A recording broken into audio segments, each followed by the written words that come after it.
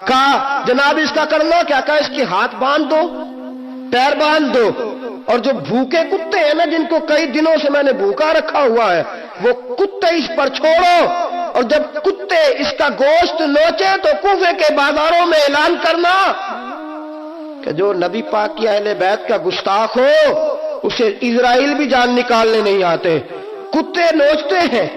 عبید اللہ ابن زیاد کے دربار میں جب سیدنا امام حسین کا کٹا ہوا سر پہنچا نا، اس نے ایک چھڑی پکڑی، اور چھڑی پکڑ کے نا تو امام حسین کے لبوں پہ مارنے لگا، کہنے لگا تجھے کہا تھا نا بات مان جا، کٹا ہوا سر تشت میں رکھا ہے، تجھے کہا تھا نا بات مان جا۔ راوی کہتا ہے عبید اللہ ابن زیاد نے چھڑی ماری اور اس نے بے ادبی کی، کہنے لگا تو تھا ہی اس قسم کا، تیرا یہی حال ہونا چاہیے تھا معاذ اللہ۔ حضرت بریدہ اسلمی حضور کے صحابی دربار میں موجود تھے، فرمایا ابن زیاد تو برا ہے، تیرا باپ برا ہے، چھڑی پیچھے کر۔ کئی بار میں نے ان لبوں کو مصطفیٰ کو بوسے دیکھے ہوئے دیکھا ہے، پیچھے کر، پیچھے کر، ہٹا لے۔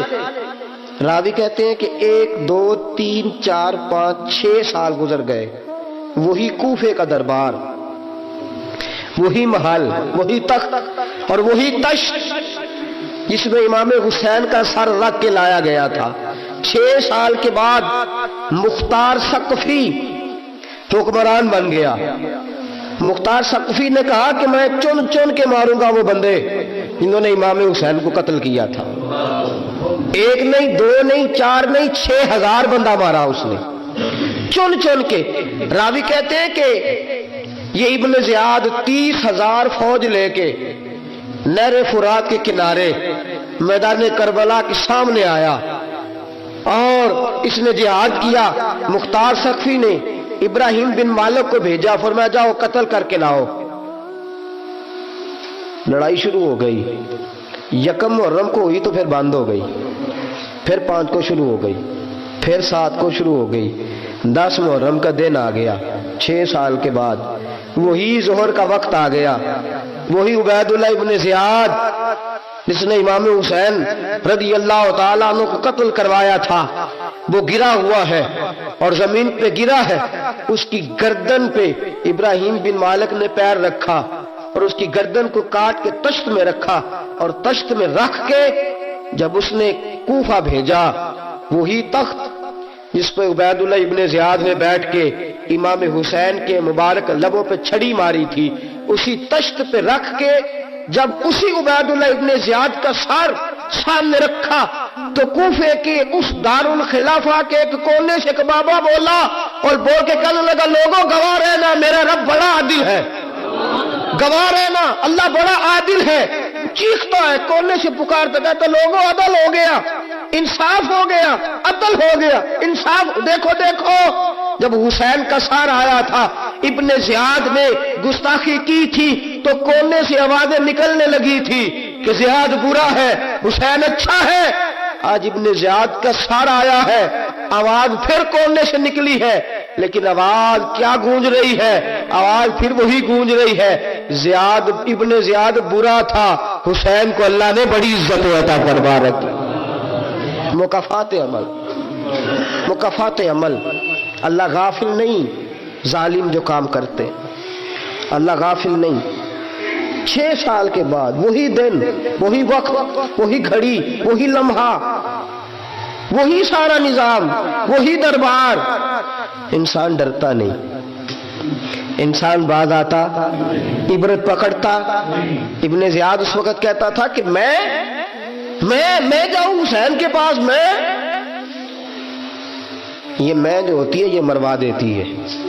شیطان نے کہا تھا انا خیر منہم، میں بہتر ہوں، بس ختم ہو گیا، ختم ہو گیا۔ ابن زیاد قتل ہوا، وہی تاریخ، وہی زمانہ، اللہ کریم نے اس کو ذلت کی موت دی، مرا، اور 30,000 فوج لے کے نکلا تھا، پھر بھی بچ سکا نہیں۔ یہ ابن زیاد کا حال ہوا۔ ابن سعد صحابی کا بیٹا تھا، نبی پاک علیہ السلام کے پیارے صحابی کا بیٹا تھا. جناب سعد بن ابی وقاص کی اولاد تھی. لیکن یاد رکھنا اگر ایک صحابی کا بیٹا یزید بن سکتا ہے تو دوسرے کا ابن سعد بھی بن سکتا ہے. اور صرف یوں ہی توجہ نہ کیا کرو, ابو جال کا بیٹا بھی تو صحابی رسول بن گیا تھا نا. یخرج الحی من المیت و یخرج المیت من الحی. رب فرماتے میں زندوں سے مردے اور مردوں سے زندے نکال دیا کرتا ہوں. میں کبھی کبھی کعبے کے اندر بت بھی رکھوا دیتا ہوں. گھر میرا اور میرے ہی شریک اس گھر کے اندر راج کرتے رہتے ہیں, میری بے نیازی ہے, کچھ کا کچھ کر دیتا ہوں. ابن سعد مختار حکمران بنا تو مختار ثقفی نے ابن سعد کے بیٹے حفص کو بلایا. اور مزے کی بات یہ ہے کہ مختار جو بعد میں حکمران بنا نا, بڑی یاری تھی اس کی ابن سعد کے ساتھ. جتنے قاتلان امام حسین تھے وہ کوفہ چھوڑ کے بھاگ گئے, دوڑ گئے. اور ایک بات یاد رکھنا, ظالم بزدل ہوتا ہے, ظالم بزدل ہوتا ہے, اس کے اندر وہ اطمینان نہیں ہوتا, تو ڈر لگتا. بھاگ گئے سارے کوفہ چھوڑ کے. لیکن ابن سعد نے کہا مختار میرا یار ہے, مجھے کچھ نہیں کہے گا. اس کے گھر والوں نے سمجھایا کہ تو دوڑ جا, تیرا تو ظلم بھی بہت زیادہ ہے, دوڑ جا تو. اس نے کہا نہیں میرا یار ہے, مجھے کچھ نہیں کہے گا. اس نے کہا تو نبی پاک کے نواسوں کا نہیں بنا تو تیرا یار تیرا بنے گا. تو رسول پاک علیہ السلام کے خاندان کا نہیں بنا, ان کا تو نے احترام نہیں کیا, یاری کا. اس نے کہا نہیں مجھے کچھ نہیں کہنے والا, تم چھوڑو اس بات کو. حفص کو پیغام بھیجا, بیٹا آیا.